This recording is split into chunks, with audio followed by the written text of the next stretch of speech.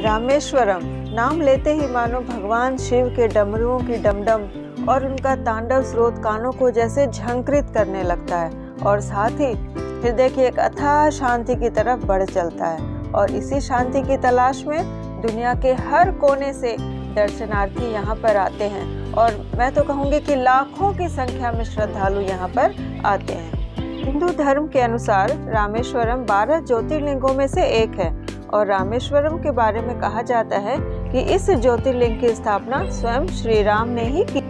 तो चलिए दोस्तों, आज मैं आपको अपने इस वीडियो में वही श्री भगवान श्री राम के द्वारा स्थापित ज्योतिर्लिंग रामेश्वरम की सैर भी कराऊंगी और वहां के बारे में बहुत सारी बातें भी बताऊंगी। और वीडियो अगर अच्छी लगे तो इसे एक लाइक करना बिल्कुल ना भूलें और चैनल को कर ले subscribe. Welcome to Manisha's food and travel studio. Hello दोस्तों, मैं हूं मनीषा और मैं इस वक्त हूं रामेश्वरम में। और ये जो आप दृश्य देख रहे हैं, ये रामेश्वरम के बिल्कुल पास ही एक घर में हम लोग जहां ठहरे थे वहां से मैंने लिया है। ये बिल्कुल सुबह सुबह का चित्र है। ये देखिए आप कितने तादाद में लोग किस तरह से हुजूम में लोग यहाँ पर आए हुए हैं। और लोग अभी जो आप देख रहे हैं, ये 12 कुंडों के स्नान के लिए जा रहे हैं, जिसे 22 तीर्थम स्नान कहा जाता है। तो ये देखिए यहाँ पर इसके लिए 25 रुपये का टिकट भी लगाया जाता है। बहुत ज़्यादा भीड़ होती है और ऐसी मान्यता है कि इस तरह का स्नान करने से सभी पाप धुल जाते हैं। तो ये देखिए इतनी भीड़ भाड़ वाली ये सड़क है। तो यहाँ पर एक चीज़ बहुत अच्छी है कि ये सड़क आप इतनी खाली देख रहे हैं क्योंकि ये भक्तों के लिए ही सिर्फ है, यानी यहाँ पर गाड़ियाँ वगैरह नहीं चलती है। और सुबह सुबह का समय 6 बजे सारी दुकानें भी यहाँ पर खुल चुकी हैं। तो ये देखिए बहुत ही सुंदर सा नज़ारा। मैंने तो जब देखा तो मुझे लगा कि मैं तो बस देखती ही रहूं। और असल में क्या है ना कि ये जो मंदिर जैसा स्ट्रक्चर आप देख रहे हैं, ये है गोपुरम। और मेरे पूरे साउथ इंडिया के ब्लॉग को देखकर अब तो आप समझ ही गए होंगे कि मुख्य मंदिर होता है बीच में और उसके चारों तरफ इस तरह से एंट्रेंस बनाए जाते हैं, वो भी बहुत भव्य होते हैं। और जैसा कि मैं अभी हूँ साउथ इंडिया में, तो हर तरफ नारियल के आप पेड़ देख सकते हैं और कितने ज़्यादा तादाद में नारियल उसमें लगे भी हुए हैं। तो मुझे ये देखना भी ज़बरदस्त एक अलग ही अनुभव था। हर तरफ मतलब जहाँ हम जा रहे थे, जहाँ हम बैठे थे, जहाँ हम ठहरे थे, हर तरफ बस नारियल के वृक्ष और नारियल के उत्पाद और नारियल की चीज़ें, खाने में भी बिल्कुल हर तरफ। तो बहुत ही अच्छा सा शहर है। और यहाँ पर हम आ गए हैं अग्नि तीर्थ के स्नान के लिए। ऐसा माना जाता है कि यहाँ से स्नान करने के बाद ही आपको दर्शन के लिए जाना होता है। तो यहाँ पर हमने स्नान किया, ये लगा ली है डुबकी पापा जी के साथ में। पापा मम्मी सब ने यहाँ पर स्नान किया।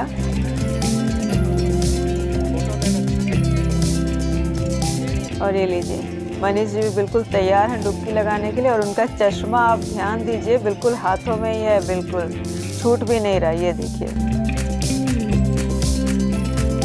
वाह ज़बरदस्त डुबकी थी उनकी।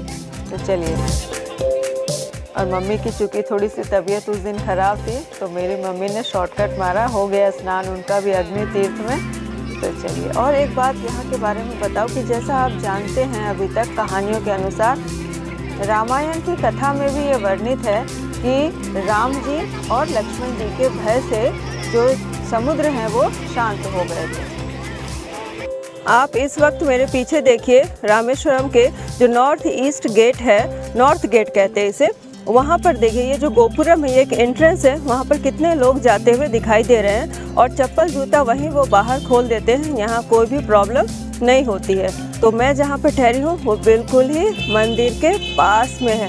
बहुत अच्छी जगह है और हम सब ने रामेश्वरम को बहुत ज़्यादा भक्ति के साथ आनंद प्राप्त किया यहाँ पर। तो आप भी हो सके तो एक बार अपने जीवन में रामेश्वरम जरूर आइए, बहुत अच्छा लगेगा आपको।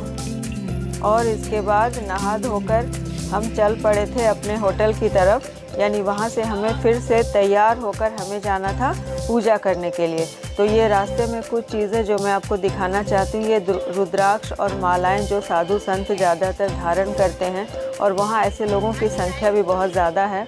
तो अब हम बढ़ चले हैं अपने होटल की तरफ, जो बिल्कुल ही हमारे मंदिर के सामने था, जैसा मैं आपको बता भी चुकी हूँ। तो ये हो गई है हमारी तैयारी। अब चलती हूँ मंदिर की तरफ। और रामेश्वरम, जैसा कि नाम से ही प्रतीत होता है, भगवान श्री राम ने यहाँ पर माता सीता का पता लग जाने के बाद उन्हें लाने जाने से पहले यहाँ पर बालू पर शिवलिंग बनाकर पूजा की थी। तो हम भी आ गए यहाँ पर पूजा करने के लिए। हमारे हाथों में देखिए इस तरह से पूजा का प्रसाद वगैरह सब कुछ है। और ये पूजा एक विशेष पूजा कराई गई है जिसके लिए हमने 3500 रुपये भी दिए थे, बकायदा टिकट, ये सरकार की तरफ से ही है। और यहाँ है ये मंदिर। और मंदिर के बारे में एक दूसरी लोक मान्यता के अनुसार ऐसा भी माना जाता है कि जब भगवान ने रावण का वध किया तो उन पर ब्रह्म हत्या का पाप लगा और उस पाप से मुक्ति पाने के लिए ऋषियों ने ज्येष्ठ पक्ष की शुक्ल पक्ष की अष्टमी तिथि के दिन शिवलिंग की स्थापना करके उसकी पूजा अर्चना की और तब श्री राम को ब्रह्म हत्या के पाप से मुक्त करवाया। और यहाँ देखिए हमारी पूजा हो चुकी है और हमारा एक तरह से यहाँ पर विवाह ही करवा दिया गया था, ऐसे यहाँ पर प्रथा है पूजा की। तो यहाँ पर देखिए अब हम बढ़ चले हैं उस गलियारे की तरफ जो कि किसी भी हिंदू मंदिर में स्थित सबसे बड़ा गलियारा है ये विश्व का। तो उसी गलियारे में हम खड़े हैं अभी। जब आप किसी आश्चर्यजनक चीज पर जाते हैं ना, सचमुच ऐसा आनंद आता है कि बस पूछिए मत। और वो जो एक एहसास होता है कि हम वहाँ पर हैं वस्तुतः, तो वो जो होती है ना, वो सचमुच बहुत ही सुंदर अनुभूति होती है। मंदिर के हर एक पत्थर को अपनी आंखों से जी भर के निहारने के बाद, जी हाँ, मैं इसलिए ऐसा कह रही हूँ क्योंकि यहाँ पर या किसी भी जगह आप जाते हैं तो बार बार जाना तो हो नहीं पाता, तो उसके सौंदर्य को, उसकी चीज़ों को बिल्कुल अपने आँखों में जैसे हमने बसा लिया था। तो चलिए अब निकलते हैं बाहर। और ये हम आ गए हैं बाहर। हमारा पूजा बिल्कुल अच्छी तरह से सब कुछ संपन्न हो गया है और यहाँ से हम जाएंगे अभी कुछ नाश्ता वगैरह करने, क्योंकि आज हमने जैसा कि पूजा की सोची थी तो आज हमने सुबह बिल्कुल भी पैटर्न के हिसाब से नाश्ता नहीं किया था, कुछ भी नहीं। हमने सोच ही रखा था कि हमारी पूजा हो जाएगी तब हम करेंगे नाश्ता या कुछ खाना। और यहाँ पर मैं बता दूं कि जैसा मैंने अपनी पिछली वीडियो में बताया था कि यहाँ से हमारे बहुत सारे फुटेज डिलीट हो गए थे किसी कारण से।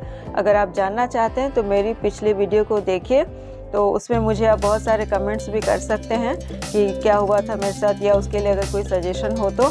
और उसके बाद हम बढ़ चले हैं शाम को धनुषकोडी की तरफ। तो वहाँ के हमारे फुटेज सारे डिलीट हो गए हैं और हमने वहाँ पे, मैं बता दूँ कि हमने पहले लोकल घूमा और उसके बाद हम चले गए धनुषकोडी की तरफ, वो जो कि जिसे आप कह सकते हैं कि भारत का आखिरी पॉइंट है श्रीलंका की तरफ जाने के लिए, जहाँ पर राम सेतु भी है।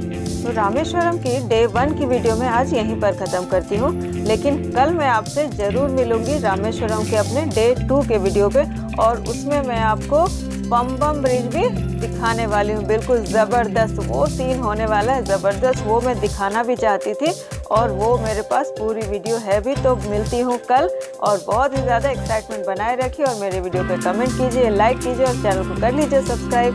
मैं मिलती हूँ कल आपको, तब तक के लिए bye bye and have a nice day.